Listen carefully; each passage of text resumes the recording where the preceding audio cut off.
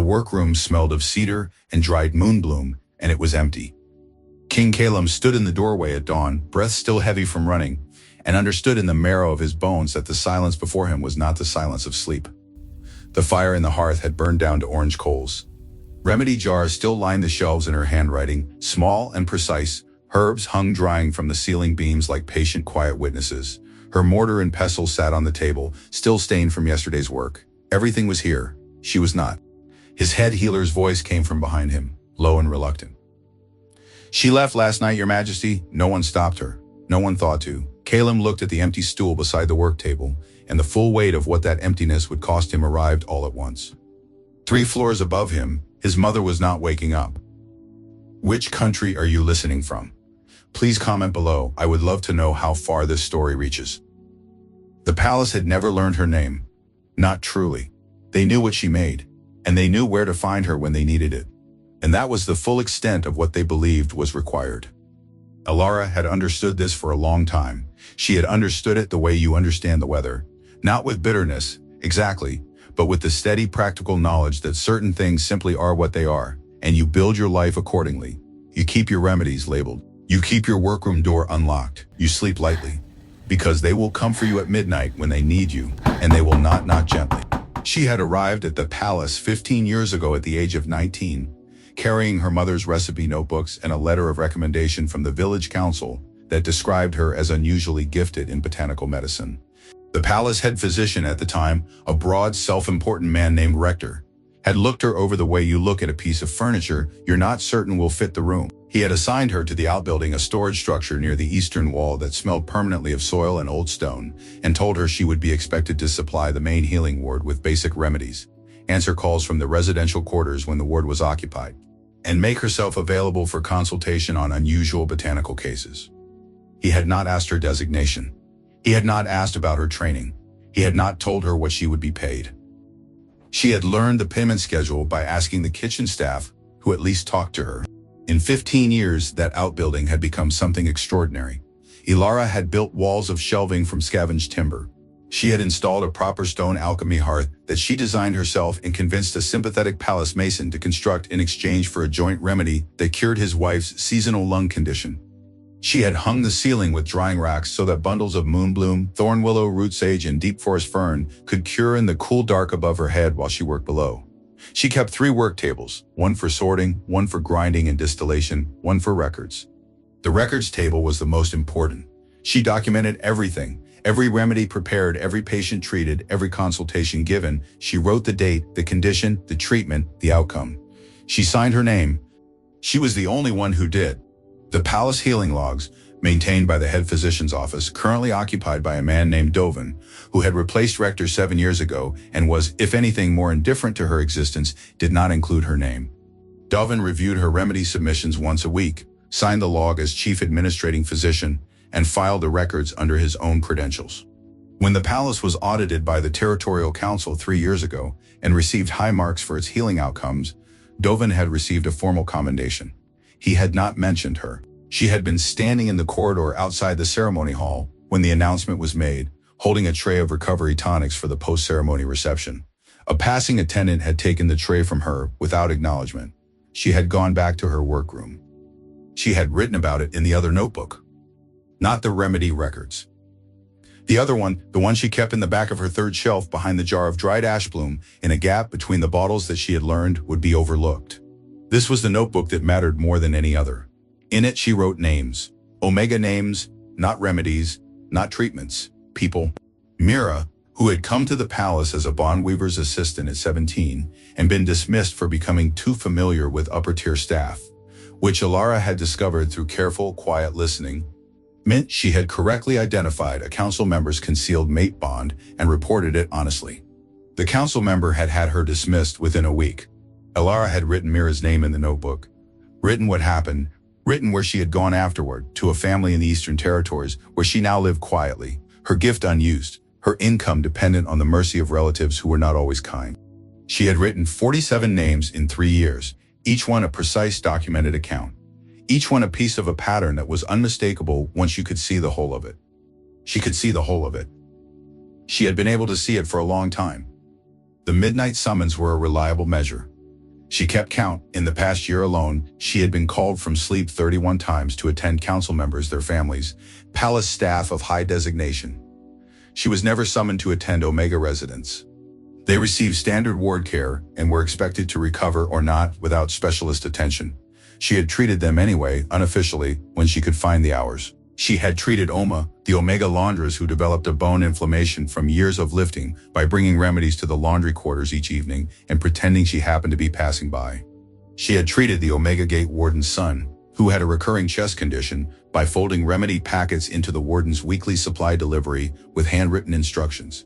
She never told them to keep it quiet. They already knew to. In the evenings, when the palace had settled and the calls had stopped, Alara would sit at her records table and write. She would write remedies, she would write names, and sometimes in the margins of her pages, she would write small fragments of the other things she was working on, the formula that had occupied 3 years of her interior life, the compound she had never told anyone about, the remedy she was building piece by piece in the quiet of her own brilliant, solitary mind. The death-sleep reversal, the thing that would change everything. She knew the Queen Mother's condition was deteriorating. She had known for over a year. She had tried once to bring this information to Dovin. He had looked at her over his desk and said the royal family's health was not within her assigned scope and she should return to her outbuilding. She had returned. She had kept working. She had kept everything ready, everything documented, everything carefully and patiently organized for the day when someone in that palace would finally understand what silence costs. She did not know, as she sat at her table in those small hours, that the day was almost here. She did not know it would arrive wearing the face of her own departure. She only knew that her hands tonight were very steady, and the formula on the page before her was finished. There was a boy named Finn who should not have been alive. He was 12 years old, a stable hand, the son of one of the palace's Omega grooms, and he had been found collapsed in the eastern stall at midday, with a pallor that the ward physician described, in the quick and careless shorthand of a man who had already moved on, as non-responsive with unclear prognosis. What this meant, translated from the language of indifference into plain truth, was that Finn's body was shutting down in the systematic, irreversible pattern that Alara recognized immediately as deep root fever, a condition that destroyed the body's vital binding points from the inside, caused by prolonged exposure to black thorn moss, which grew in the lower stable walls of old palace structures, and which no one had thought to clear because the stable staff were not the kind of people whose health concerns reached the right desks. By the time they brought him to Alara, not because anyone thought she could help, but because the ward was occupied with a council member's wife who had a summer cold and someone needed to put the stable boy somewhere. He had been deteriorating for 4 hours. Alara cleared her work table with one sweep of her arm and began. She did not panic. Panic was a luxury that belonged to people who had the option of calling for help. She had learned, years ago, to compress herself very small and very quiet in a crisis, to move the fear down into some deep chamber of herself where it could not reach her hands, and to let her hands remember everything they knew. She talked while she worked, not to Finn, exactly, he was not conscious enough to hear her, but aloud in the way she always worked when the stakes were highest, narrating each step the way her mother had taught her when she was small, because speaking the process anchors the knowledge and keeps the hands from rushing. Moonbloom first, she said quietly, pulling a bundle from the ceiling rack and stripping the dried petals into her mortar. For the cellular memory, it reminds the body what stability feels like. 18 petals, no more. Because in excess it creates sedation and we need him fighting, not sleeping. She ground steadily, rhythmically. Thorn willow bark for the binding points. A quarter measure, steeped in water from the cold spring, not the warm cistern, because the mineral content in warm water neutralizes the active alkaloids in the bark and gives you something that smells medicinal and does nothing. She moved to the hearth, setting the steep. And then we will need the deep root. The deep root extract was the hardest part. She kept it in a sealed, dark glass jar on the highest shelf, because light degraded its compounds within hours of exposure. It grew only in the oldest sections of the thornwood, required careful extraction to preserve the living tissue, and had to be processed within 2 days of harvest. She restocked it monthly, on the new moon, when the forest was quietest. The ward did not know she had it. The ward had never asked what was on her highest shelf. She measured the extract with a glass pipette, 4 drops exactly, watching the color in the base compound shift from pale gold to a deep amber that caught the light like something alive, because it was alive. That was what people who had never studied life extension alchemy failed to understand. The compounds she worked with were not simply chemical reactions.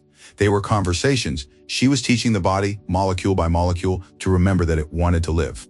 She administered the compound in 3 stages over 90 minutes, adjusting the concentration as Finn's color and breathing shifted beneath her hands. She monitored his pulse with 2 fingers at his wrist, counting, reading, interpreting the stuttering, strengthening language of a heartbeat finding its way back from somewhere dark and far away.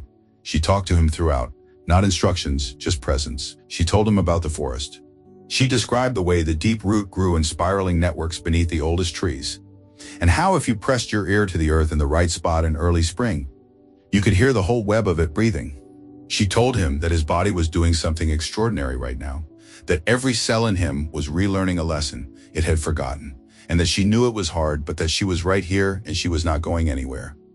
90 minutes after she began, Finn's color returned. It came slowly, the way warmth returns to cold hands. First a suggestion at the cheekbones, then a gradual deepening, then something unmistakably and undeniably alive. His breathing, even his pulse beneath her fingers, became regular and strong.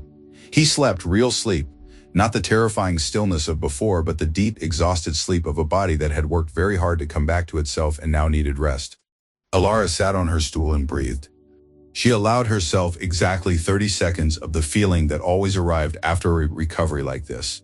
Something she had never been able to name properly, because it was not pride and it was not relief, but something between them that lived in the chest like a warm ember. 30 seconds. Then she moved to the records table. She opened the remedy log and wrote, date, condition, treatment, outcome. Her handwriting, small and precise, filled the column. She signed her name at the bottom and set the pen down. The following morning, she retrieved the log from the word processing desk. She found it in the completed folder above her entry. In Dovin's broad hand was a single line, patient recovered, cause unclear. Standard care, administered. She read it. She set the log down. She returned to her workroom, sat at her third table, the important one, and opened the other notebook. She wrote Finn's name and what had endangered him, because a maintenance failure affecting omega quarters only was the kind of thing that belonged in this book. Then she turned to the last pages of the notebook, where she had been working on something else entirely.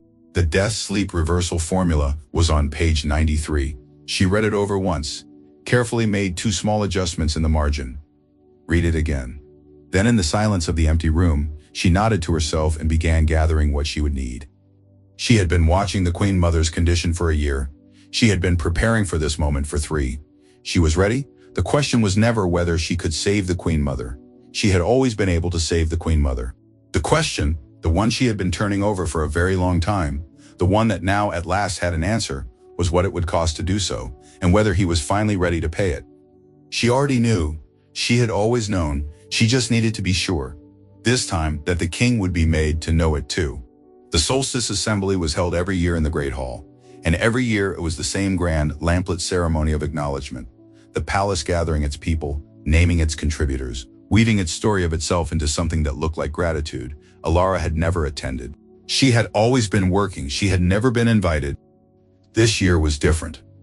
A young Omega court attendant named Pessa, small, quick-eyed, with the particular watchful intelligence of someone who had learned to navigate power by studying it carefully, had found Alara in her outbuilding 3 days before the assembly and told her, in a low and careful voice, that the king had personally requested all key palace staff be present at this year's ceremony. All staff. It was in the official notice. Pessa had brought her a copy.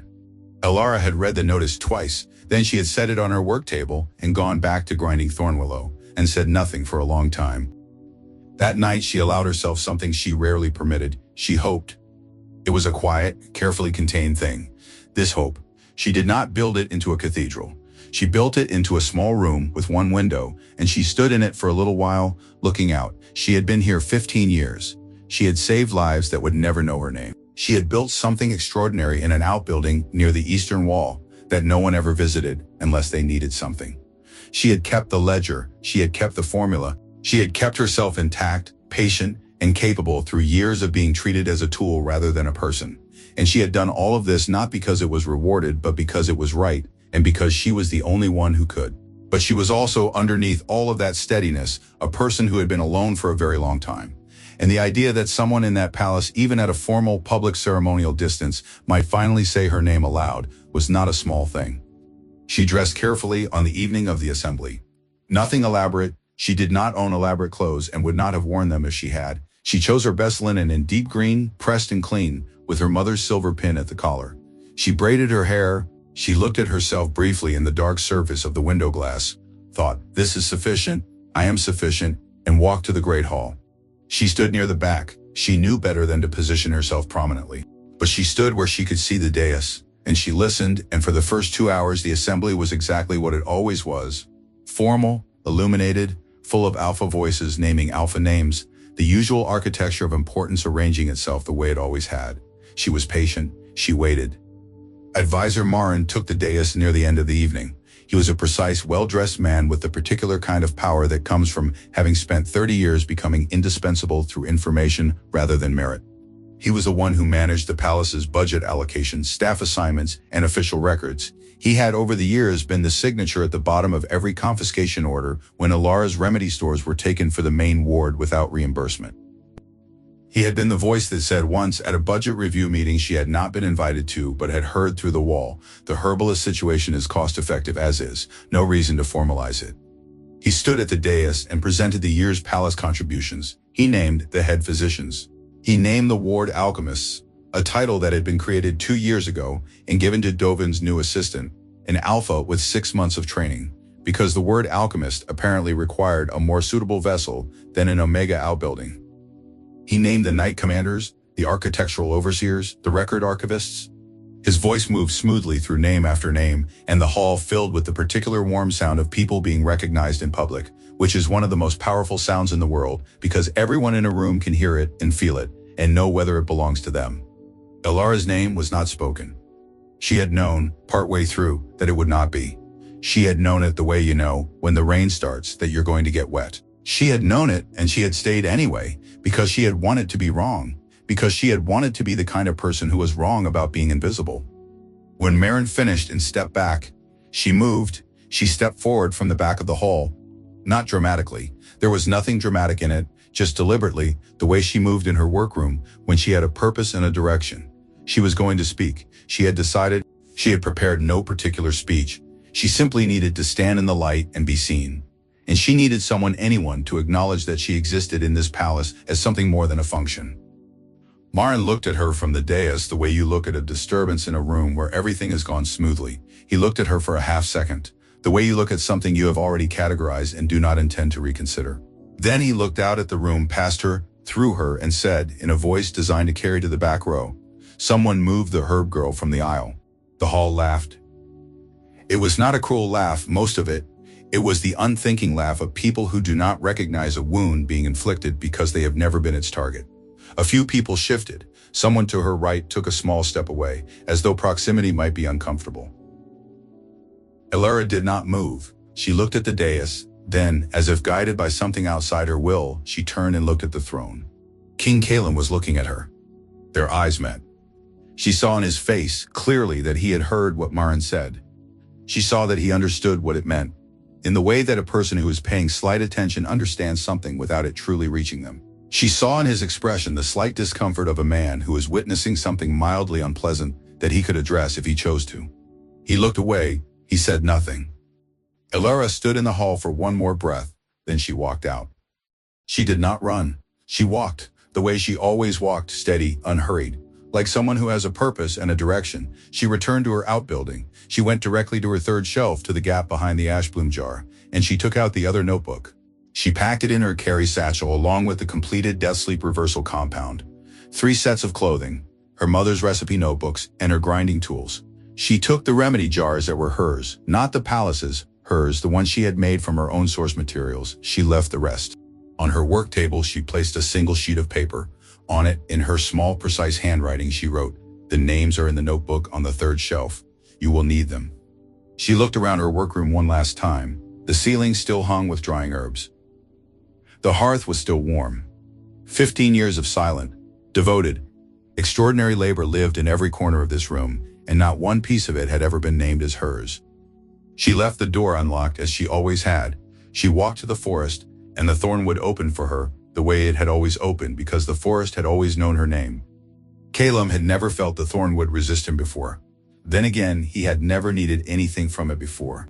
He rode hard through the outer tree line with 6 of his guard at first light, pushing his horse through undergrowth that thinned, and then thickened again unexpectedly, paths that widened into clearings and then narrowed into walls of root-dense shadow, with no clear passage forward. His lead tracker, a man named Auric who had hunted in these woods for 20 years and had never once been turned around in them, pulled his horse to a stop at the edge of a gully and said slowly that something was different in here today. Calum told him to keep moving. Auric did not look entirely comfortable with that answer, but he kept moving. His mother was in a death sleep.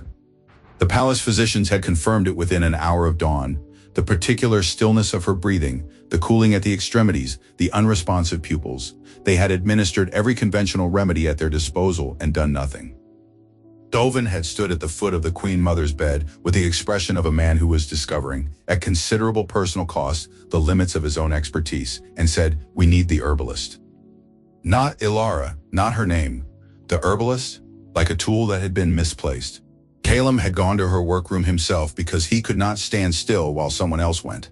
He had stood in that doorway and felt the emptiness of the room like a physical pressure, the fire still warm, the herbs still hanging, her handwriting still on every jar and every shelf, and not one living soul to answer for any of it. Then he had found the note, 7 words in her precise hand on the work table. He had read them 5 times before he understood they were not a request. They were a map. The names are in the notebook on the 3rd shelf. He had sent a guard for the notebook. The guard had come back with empty hands and an expression that suggested something had gone sideways. The notebook was not there. She had taken it with her. He rode into the forest. The first thing he noticed, once the initial frustration of the unclear paths had settled into something he could work with, was that the thornwood was not simply dense, it was arranged. This was a word that felt strange applied to a forest, but no other word fit.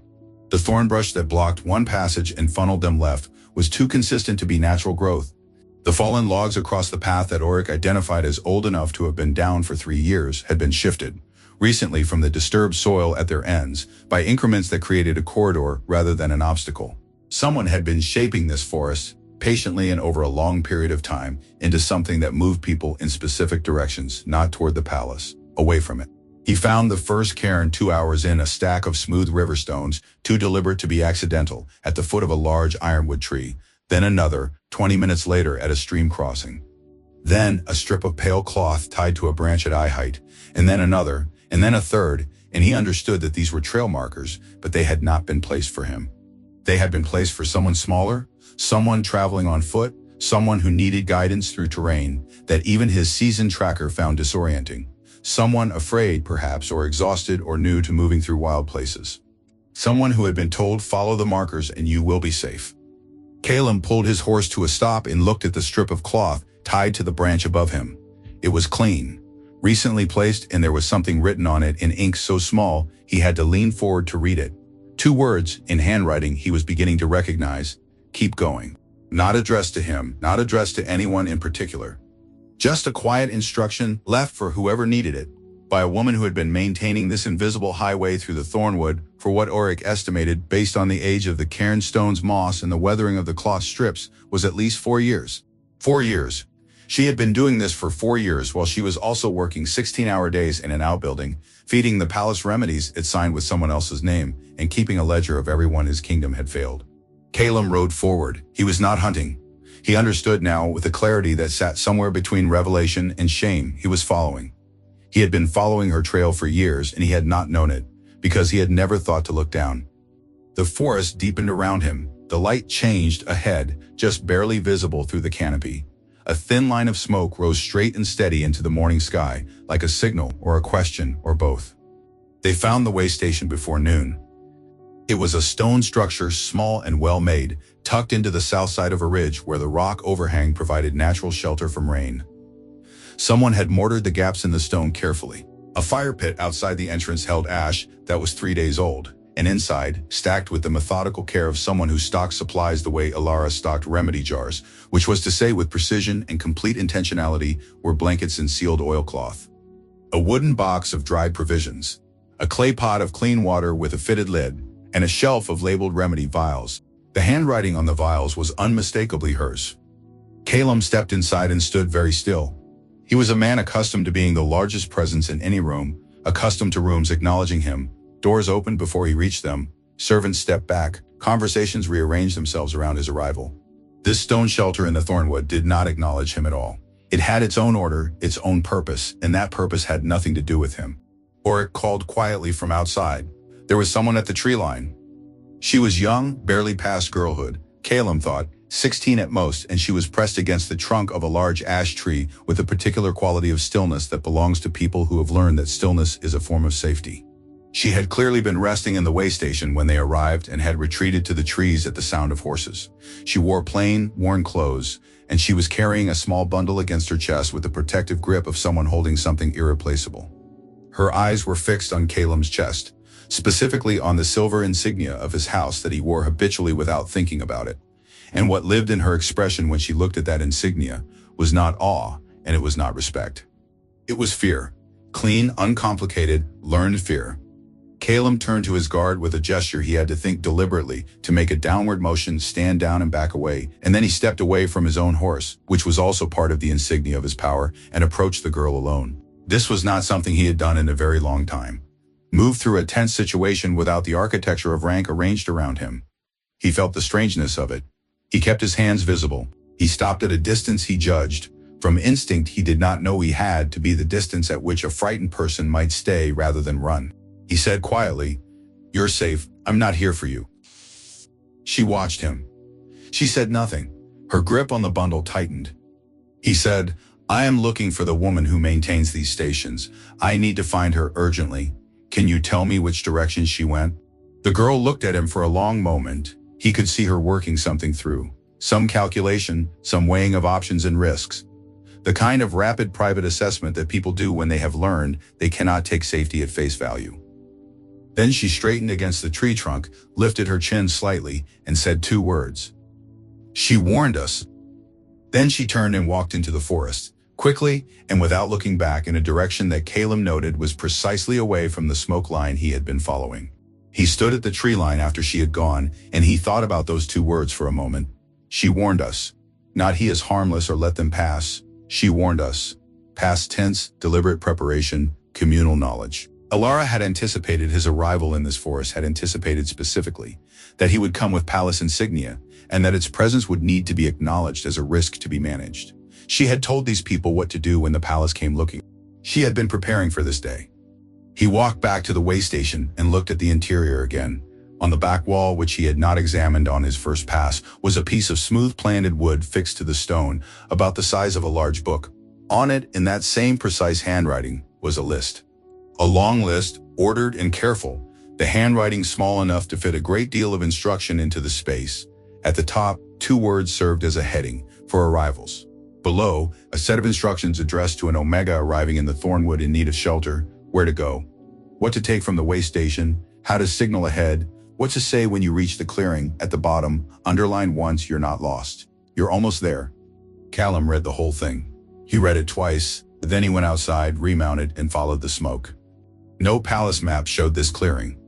Calum had reviewed the palace's territorial cartography twice in the past year, once during a boundary dispute with the Eastern Lords, once during a flood assessment of the Thornwood Basin, and he was certain, with the certainty of a man who paid attention to his kingdom's geography, that no map in his archive included what he was looking at now. The clearing was perhaps 300 feet across, roughly circular, bounded by the oldest ironwood trees he had ever seen, their trunks wide enough that 3 people could not link hands around them, their canopies interlocking overhead in a vault of green so dense it created its own weather.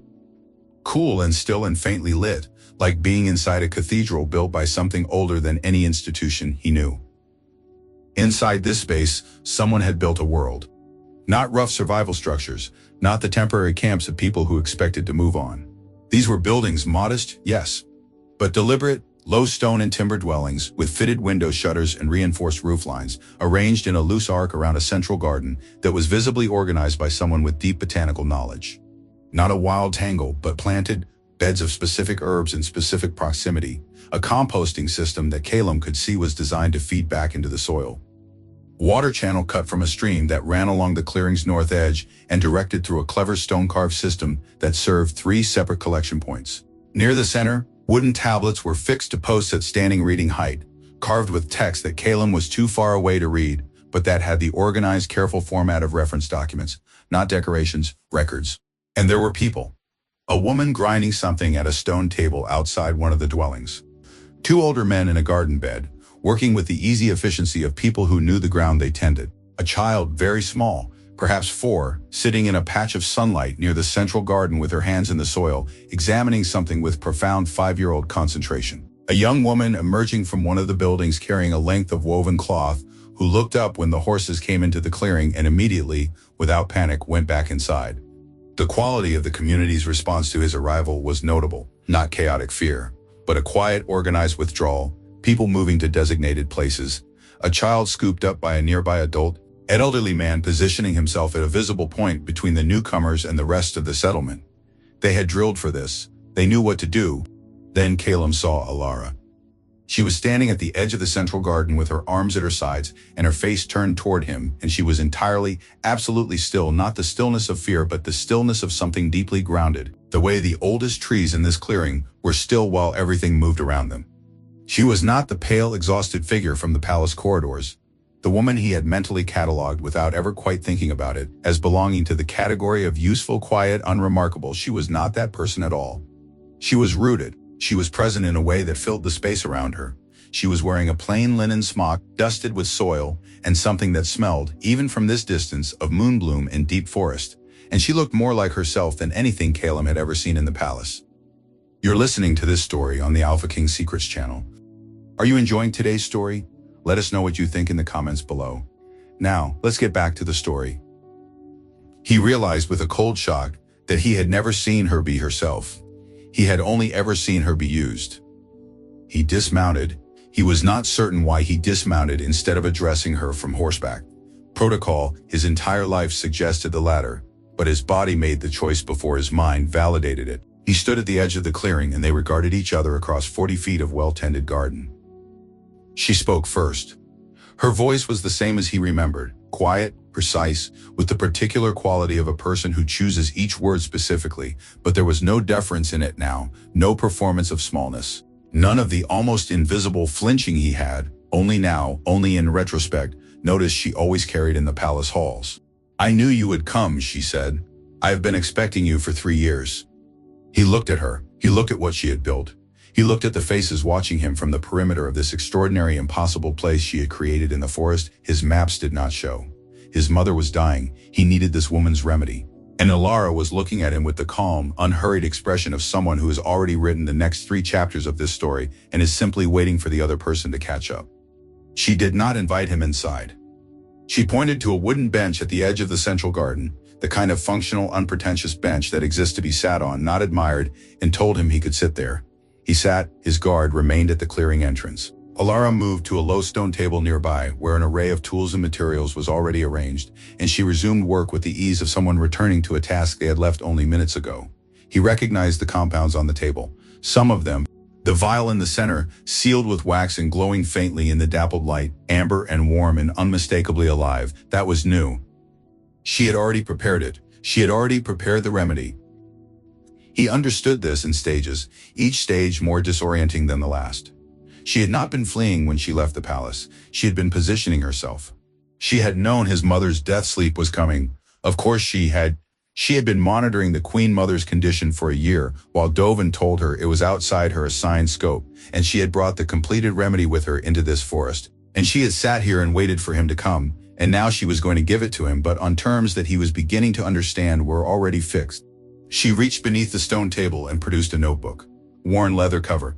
The binding reinforced with a strip of darker leather stitched over a broken spine. She set it on the table between them. She looked at him. She said the remedy will take some additional preparation before it can be transported. Perhaps 2 hours. I will use that time to do something, and I need you to listen while I do it. Those are my terms. Listen, and the remedy is yours. Refuse, and you may ride back to your palace physicians and explain to them why you returned empty-handed. He said, "What is it that you need me to listen to?" She opened the notebook. She turned it so the first page faced him, though he was too far to read it at this distance. The page was dense with handwriting, that same small, precise script he had seen on the waystation wall, and on every remedy jar in her workroom. It was organized in entries. He could see that much, dated entries, each one a discrete block of text. "These are names," she said. 47 Omega individuals whose treatment by the palace I have personally documented over the past 3 years.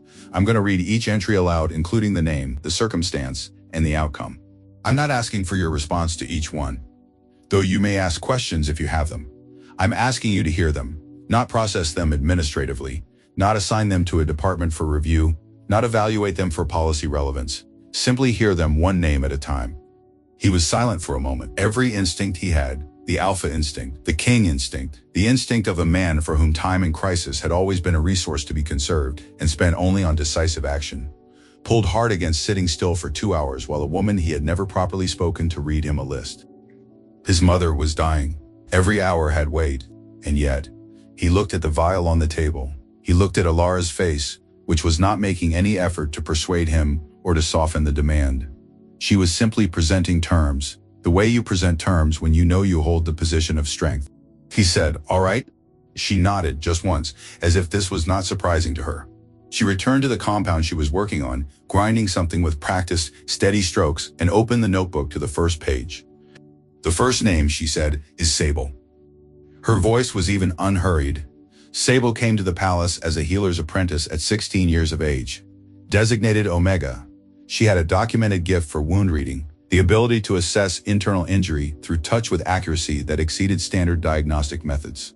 In her second year at the palace, she was present at the death of a patient she had treated for 3 months. She wept. She was reported by the ward supervisor for emotional unsuitability. She was dismissed from her position within the week.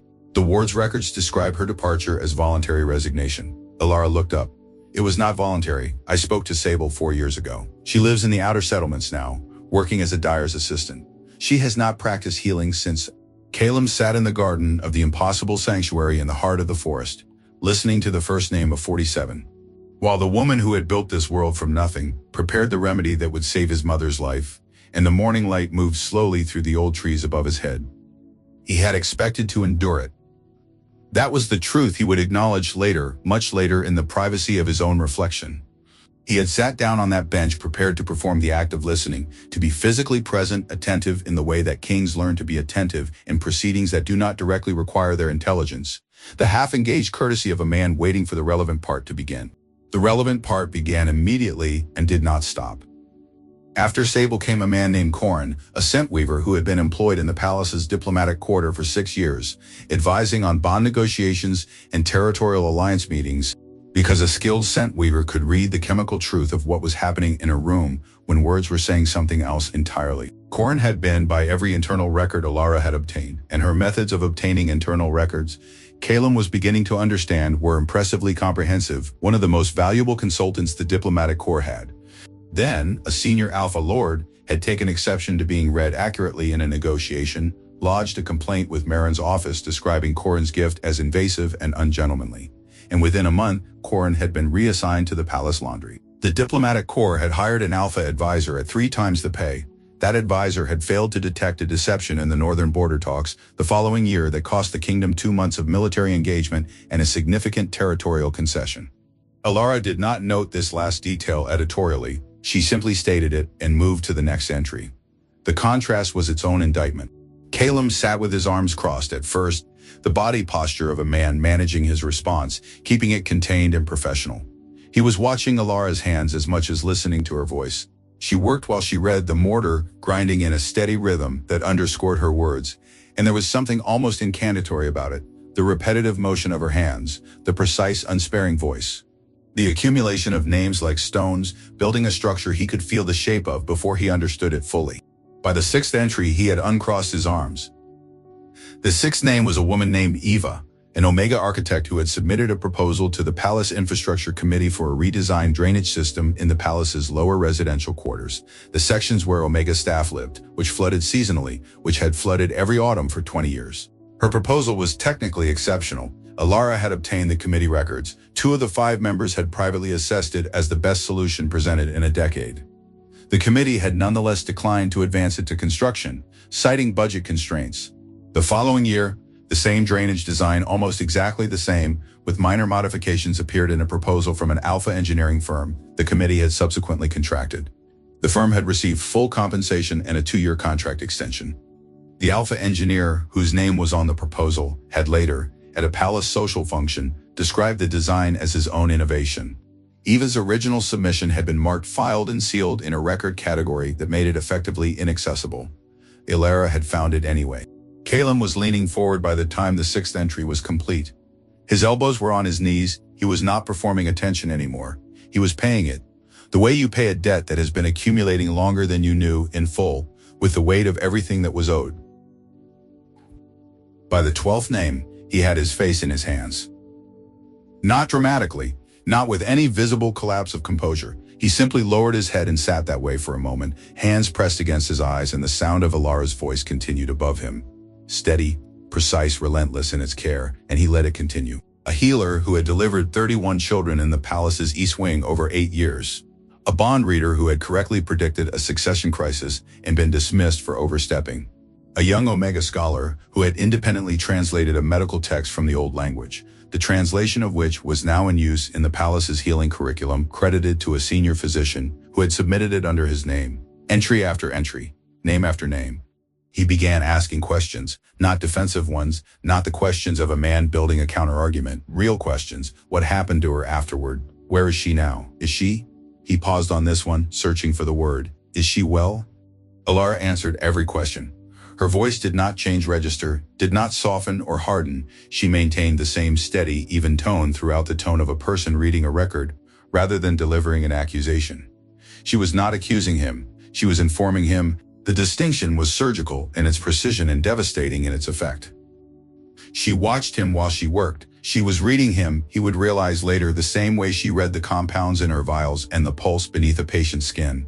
She was assessing what was living, what was dying, and what might yet be saved. The afternoon light had shifted to amber when Ilara turned to the last pages of the notebook. The remedy compound on the stone table was in its final stage, a slow reduction over a small sustained flame. The liquid deepening to the same glowing gold that Calum had seen in the sealed vial, which she had explained, without editorializing, had been prepared and maintained in optimal condition for 3 years in anticipation of this specific need.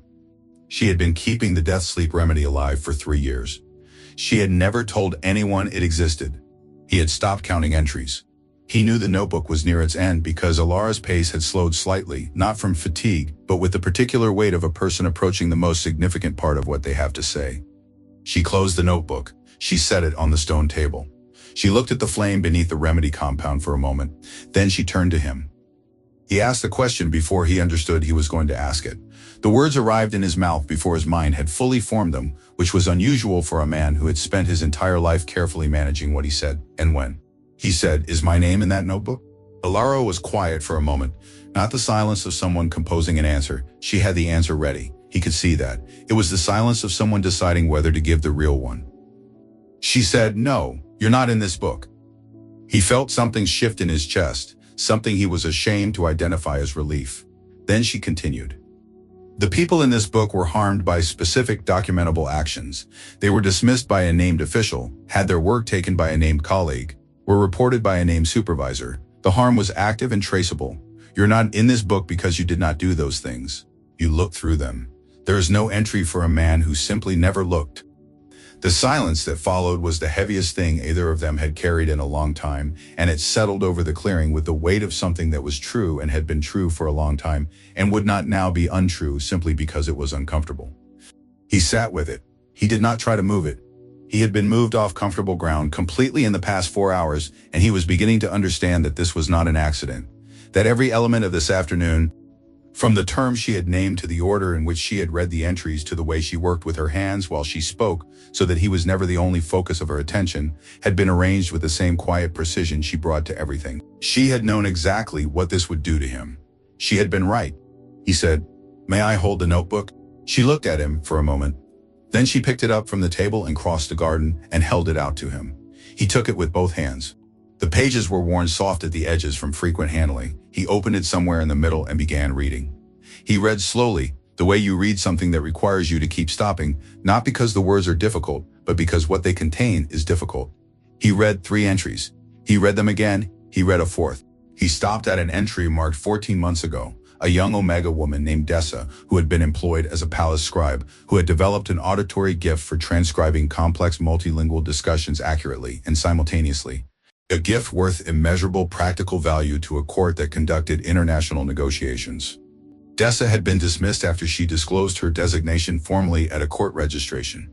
Her position had been reclassified as requiring Alpha certification. There was no such prior requirement. It had been created the week after her disclosure. He set the notebook on his knee and looked up. Alara had returned to the remedy compound. She was not watching him. She was giving him the privacy of his reckoning, which was its own particular form of care, and he recognized it as such in a way that stung. He said quietly, "I did not know about any of these." She said without turning, "I know you did not." He said, "That is not, I mean to say that I should have." She said, "Yes." One word, sufficient. It did not close the conversation. It held the door open so he could choose to walk through it himself. He sat in the ancient clearing with the notebook on his knee and the remedy glowing on the table and the quiet of a world built by a woman who had decided that if no one was going to build it, she would. And he felt the particular, irreversible sensation of a man who has just understood something about himself that he cannot unlearn. He was sitting alone at the edge of the garden, still holding the notebook, when the elder woman approached him. She was old in the way of someone who has lived with great intention, not fragile but distilled, as if time had taken everything unnecessary and left only what mattered. She wore her white hair loosely braided, and she moved with the deliberate, unhurried precision of someone who had long since stopped performing any version of herself for anyone's benefit.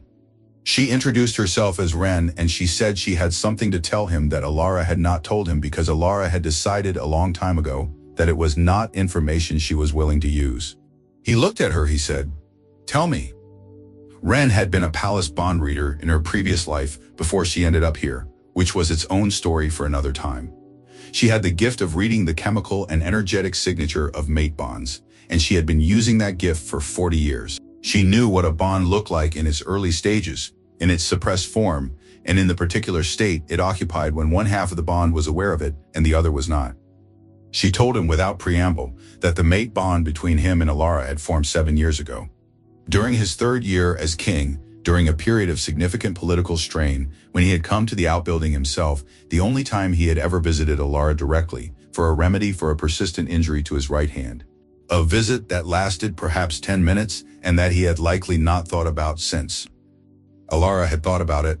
The bond had crystallized in those 10 minutes with the completeness and permanence of something that had been building for years before the moment it declared itself. Bond formation was not a choice.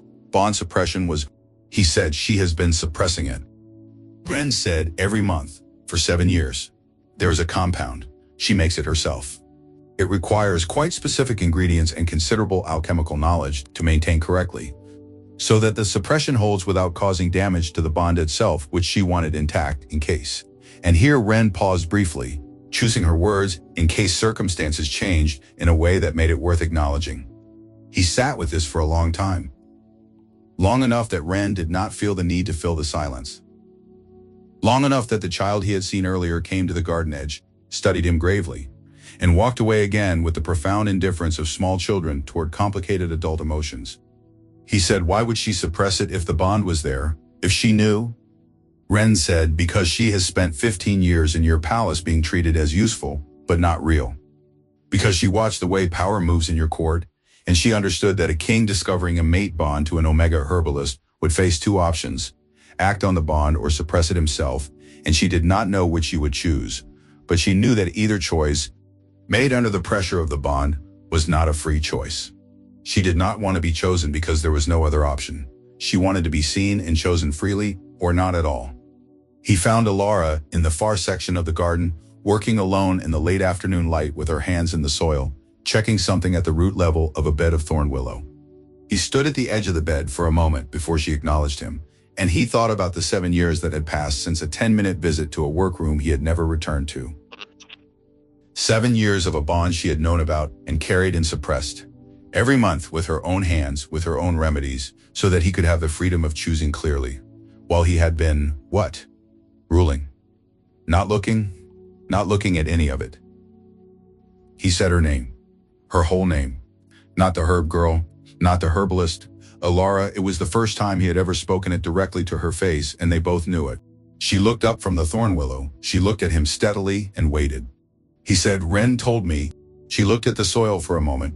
Then she looked back at him, and her voice when she spoke was entirely level, not cold, not defiant, but clear in the way that water is clear, right through to whatever is at the bottom of it. She said, "I would not have used it. I would never have told you. I wanted you to choose me freely, I still do, or not at all." He opened his mouth to respond. From the clearing entrance behind him, a guard called out, sharp, urgent. "A rider at the forest edge, palace insignia," he turned. The guard's expression told him the news was not good before the message was delivered. The rider carried a sealed document, and when Calum broke the seal and read it, something in his face changed with the quiet, irreversible quality of a door closing on a room you have been living in comfortably for too long. It was a court order, Marin's seal. He read it twice. The language was precise and formal. Marin had always had a gift for making the harmful sound administrative, but the content, stripped of its legal phrasing, was simple. The Thornwood Sanctuary was an unsanctioned gathering of unregistered Omegas operating outside palace oversight, constituting a potential breach of territorial population management law. Its residents were to be dispersed and registered with the appropriate designation councils. The individual known as the palace herbalist, currently absent from assigned duties, was to be returned to palace custody for formal disciplinary proceedings. 3 council signatures, Marin's seal, largest at the bottom. Calum stood holding the document while around him, the sanctuary absorbed the information in the particular way of a community that had been afraid of exactly this. Not with panic, but with the bone-deep, exhausted dread of people for whom the arrival of official documents from the palace had always meant loss. The elder Wren had appeared at the edge of the central garden. The woman who had been grinding at the stone table had drawn 2 children against her side, one arm around each of them, and was watching the document in Calum's hand with the expression of someone who has been returned to a bad dream they thought they had left behind. Elara had read the order over his shoulder without touching it. She straightened and looked at the writers. Then she looked at the faces of her people. The term arrived in Calum's mind with sudden, absolute clarity. Her people, she had built this. These were hers. And something in her expression that had been open and present and working through something new went carefully, deliberately, still. He watched her do it. He recognized it now, had been able to see it clearly only since arriving here, the specific act of self-management she performed. The compression of feeling into a small chamber where it would not interfere with what needed to be done. She had been doing it for 15 years. It was so practiced it barely showed, and seeing it now, in this context, in this place she had built specifically so that no one who lived here would ever have to do that particular thing, broke something in his understanding of what his kingdom had cost. The order was technically legal. He knew that. He also knew exactly how it had been constructed. Marin had been watching the treasury accounts. He had seen the expenditure line for monthly remedy supplies from the Eastern Outbuilding vanish from the ledger when Elara left, and he had moved fast, with the efficiency of a man who had been waiting for an opportunity and recognized one when it arrived. Marin was not a fool. He had built the order from existing statutes, existing precedents, existing bureaucratic machinery that the palace had constructed across decades to manage Omega population movement. That the machinery was cruel was not, by the law as currently written, relevant. Calum looked at the document. He looked at Marin's seal, the largest, the most prominent, the signature of a man who had signed confiscation orders for Elara's remedies and had called her the herb girl before an assembled hall and had watched what happened afterward and felt satisfied. He looked at the 3 council signatures beneath it. Men he had known for years. Men he had trusted with the administration of his kingdom. Men whose comfort and whose interests he had served by never making them uncomfortable. By never asking the questions that would have required answers he did not want to hear. He looked at Elara. Her chin was up. Her hands were still. She was not asking anything of him. She was not performing courage or defiance or need. She was simply present in her own clearing, in her own world that she had built with her own hands. And she was waiting to see who he was. He looked at Wren, who was watching him with the patient, assessing expression of someone who has spent 40 years reading bonds and people and knows the exact moment when something crystallizes or does not. He looked at the children pressed against the woman's side, the young Omega who had fled into the trees at the sight of his insignia. The entries in the notebook still warm from his hands, Finn's name on page 46, Dessa on page 31, Sable on page 1. 47 lives documented with meticulous, devastating care by a woman who had understood, long before anyone else, that every unnamed person was an indictment of the name at the top of every document. He looked at the court order in his hands, at Marin's seal, at the weight of the institution he had inherited and never questioned. Then he took the document in both hands and tore it in half. The sound of it was very clean and very final in the quiet of the ancient clearing. Wren released a breath. The woman at the stone table drew the children closer, but differently now, not in fear, something else. Alara looked at his hands, the two halves of the document. Then she looked up at his face. Her expression did not collapse into relief. It deepened rather, as if a calculation she had been running had just produced its result. And the result was possible. He might be possible after all. She finished the compound as the sun reached the tops of the ironwood trees. The final stage of the death sleep reversal required stillness from both the maker and the room, a condition that Alara achieved simply by being herself, and that the clearing provided naturally, the old trees absorbing sound and wind in equal measure, holding the space. She worked the last reduction with the focus she brought to everything. Total, specific, unsentimental. When it was complete, she set it from the flame and let it cool for exactly the time she had always known it needed, which was 12 minutes, which she measured not with a timepiece but with a counting method her mother had taught her, a slow internal rhythm that she had calibrated over years into something more reliable than any instrument the palace owned. Calum stood a few feet away. He had not been asked to leave and had not asked for permission to stay. He watched her work without speaking, the first extended silence he had maintained in a long time without discomfort, though he could not have explained why this particular silence felt different from other silences. It felt perhaps like being in the presence of something that required the same quality of attention she was giving it, and he was learning today how to pay that kind of attention. She stoppered the vial. She held it up once in the light, reading its color and clarity with a brief, assessing glance. Then she crossed the garden and held it out to him. He took it with both hands. The glass was warm from the process. The compound inside moved slowly, thicker than water, less thick than oil, in the particular way of something that was alive rather than simply liquid. She said the administration is in 3 stages. The first, when you arrive, a quarter of the vial applied beneath the tongue.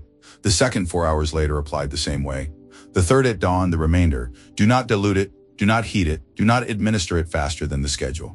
The process is not dramatic. You will not see her wake immediately. What you will see is color returning to her face and her breathing deepening, and by the second administration you will know it is working. By dawn she will be herself. He said, I understand. She said, I prepared this 3 years ago. I have been maintaining its viability since then. I never withheld it to cause your mother harm. I need you to know that. He said, I know. She looked at him steadily. She said, I withheld it so you would understand what it was built on. The same thing this sanctuary is built on. The same thing every name in that notebook is built on: the unpaid labor, the unacknowledged knowledge. The invisible grace of people your kingdom used without ever learning their names. You needed to understand that before you received what those people made possible, because otherwise you would have taken it the way you have always taken it. As infrastructure, as something that simply exists for your use, with no origin worth acknowledging. He held the vial in his hands and let her words settle into him without deflection or management. He let them be fully true. Then he said, I hear you. She nodded, the same single nod she had given when he agreed to listen. Then, ride fast. She will fade after today's sunset. He turned to his horse. Then he stopped. He turned back once more and looked at her, standing in the center of her clearing, in the light of the old trees. With soil on her hands and 47 names in her notebook, and the life extension formula in her head, and a community gathered around her that she had built from nothing for people his kingdom had thrown away.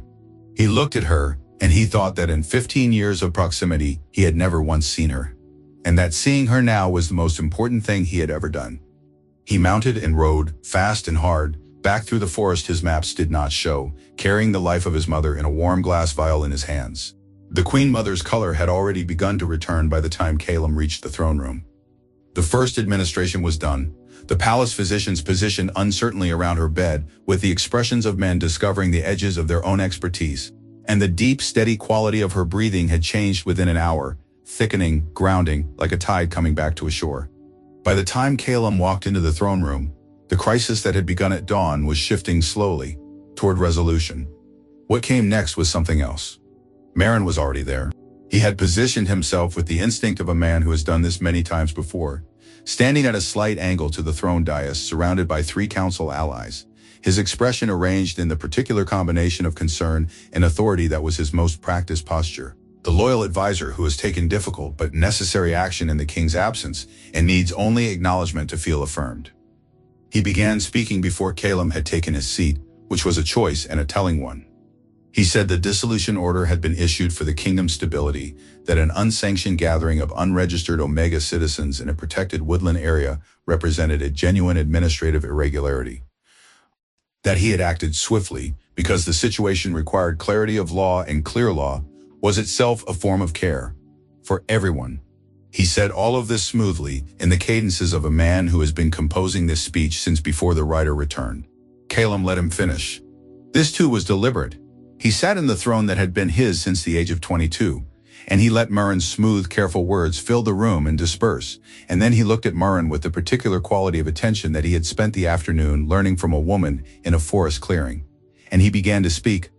He said, "I'm going to read something to this court." He took the notebook from inside his riding coat. He had asked Alara's permission before he left, and she had given it to him without hesitation, because she had always intended for it to be heard in this room eventually. He opened it to the first page. He spoke Alara's full name aloud, clearly, and every title she had earned and been denied. He said she had been employed in this palace for 15 years and had never once been acknowledged in an official record under her own name. He said that what he held in his hand was a documented account of 47 individuals whose treatment by this court he intended to address individually and systematically. He said he was going to read from it.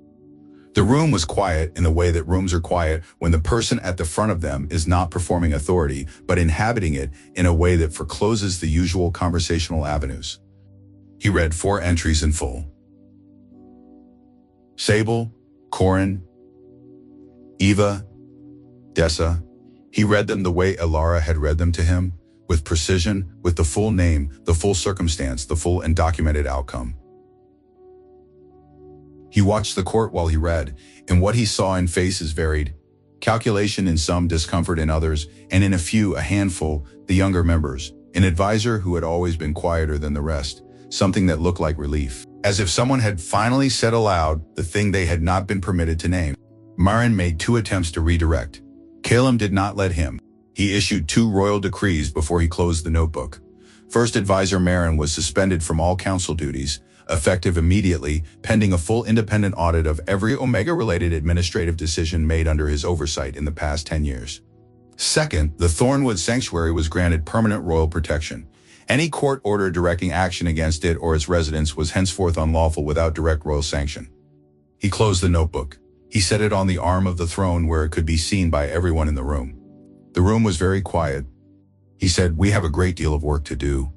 He did not send a summons. He wrote a letter. He wrote it himself, in his own hand, without a scribe, at his writing desk at 2 in the morning when the palace had settled and the Queen Mother was breathing deeply and steadily in her room 3 floors above, and the second administration of the remedy was 4 hours away.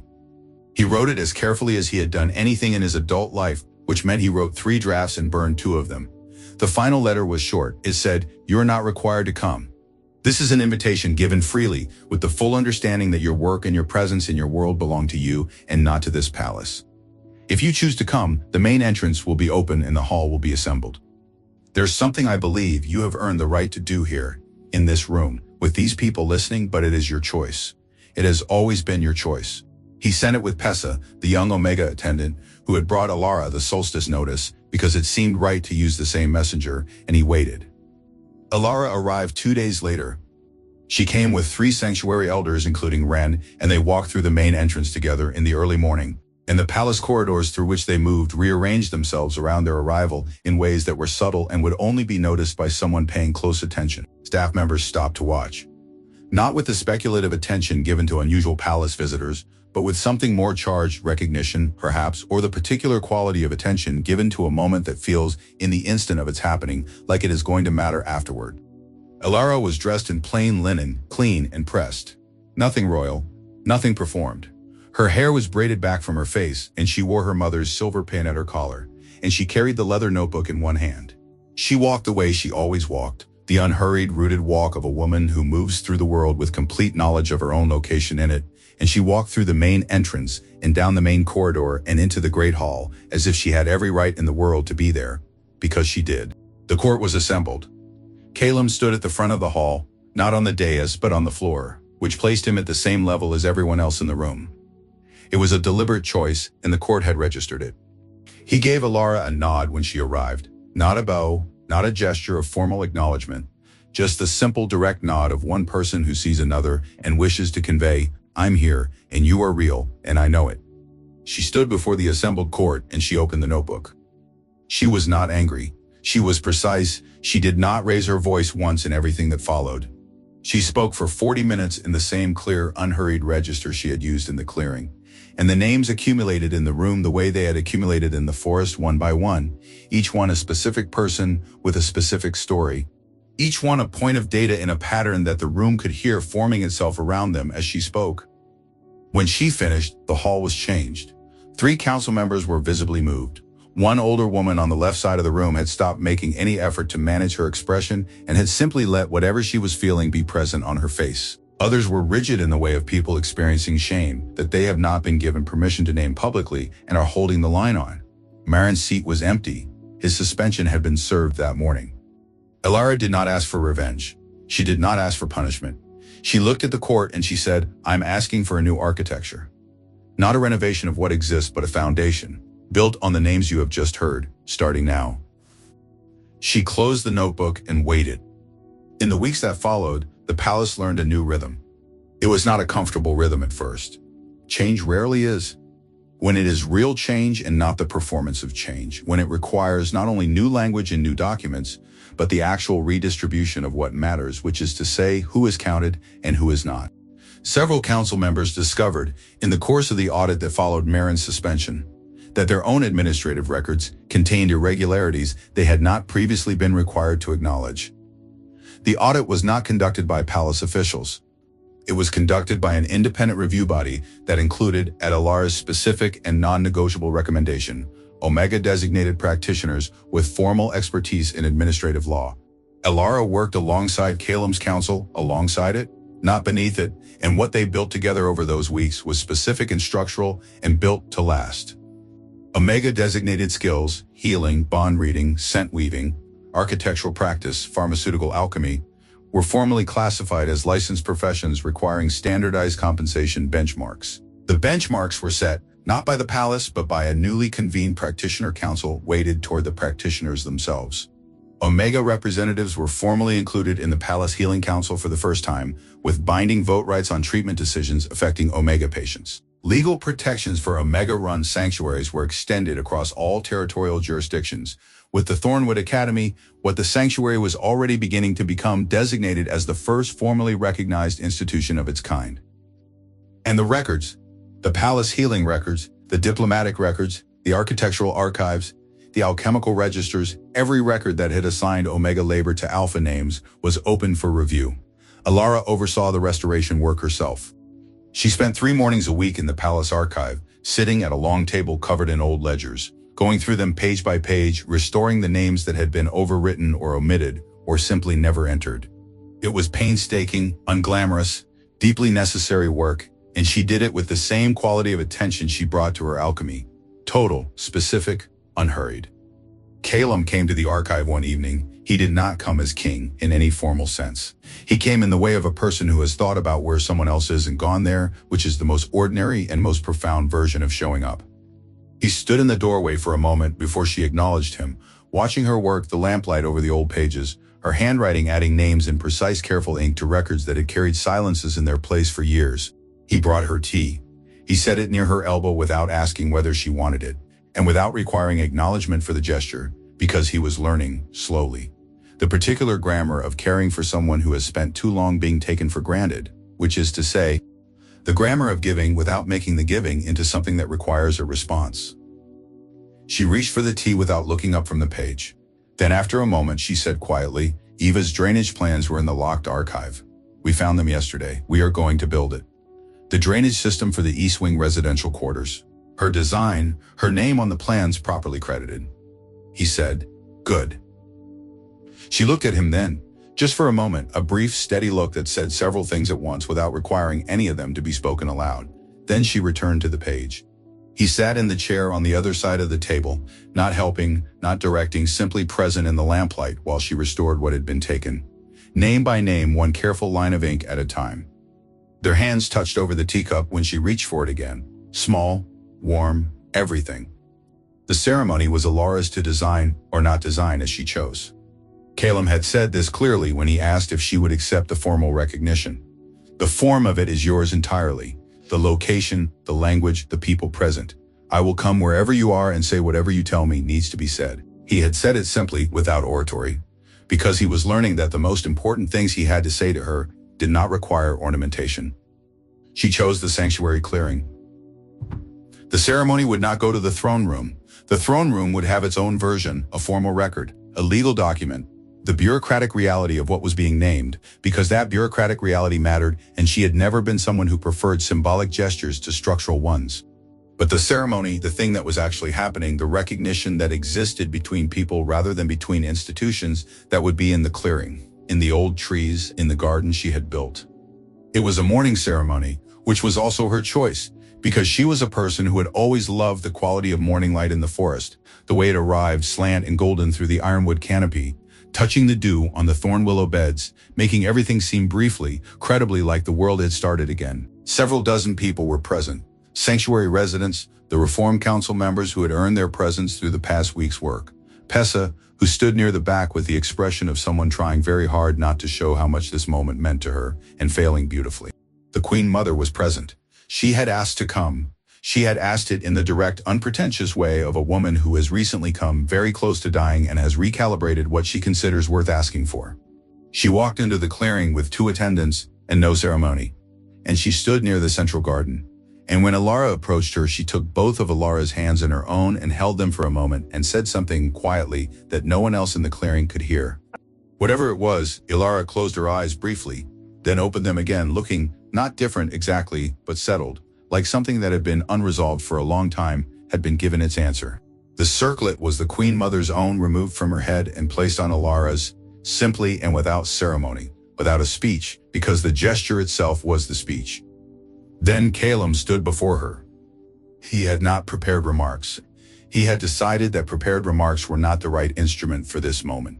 That what was required was not performance but presence, and that if he could not say what he needed to say from what was actually true in him, then he had not yet done enough of the work to deserve the saying of it. He looked at her. He said, "I'm not asking you to come back to the palace. I'm not asking you to give up this world or to make it smaller, or to reshape it around what is convenient for a king. I'm asking whether I may be worthy of standing in the world you have built, whether I may learn it and serve it and be changed by it the way it changes everything it touches. I'm asking freely. I will accept whatever answer you give." The clearing was very quiet. The old trees held their stillness. Ilara looked at him the way she looked at everything, reading down to the root, reading what was living and what was dead, and what was in the process of becoming something new. She took his hand. She said, "We begin." In the garden, later that evening, the small vial of bond suppression compound was quietly emptied into the soil. The thorn willow, receiving it, did not treat it as anything other than what it was, something that had served its purpose and could now be released. Years later, the Thornwood Academy had become the kind of place that people traveled great distances to reach. Not because it was grand, it was not grand, in the way that palaces are grand, with the deliberate architecture of power signaling its own importance. It was beautiful in a different register entirely, rooted, alive, built around the living things that had always grown there. The buildings fitted to the forest rather than the forest fitted to the buildings. The gardens were larger now, tended by 20 practitioners where once Ilara had tended them alone.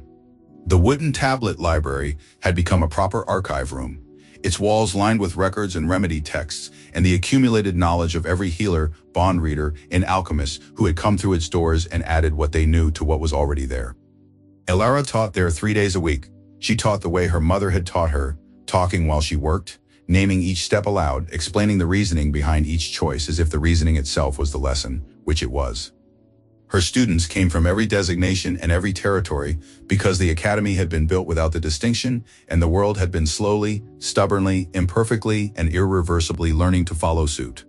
The Equal Council met in a chamber built around a living garden.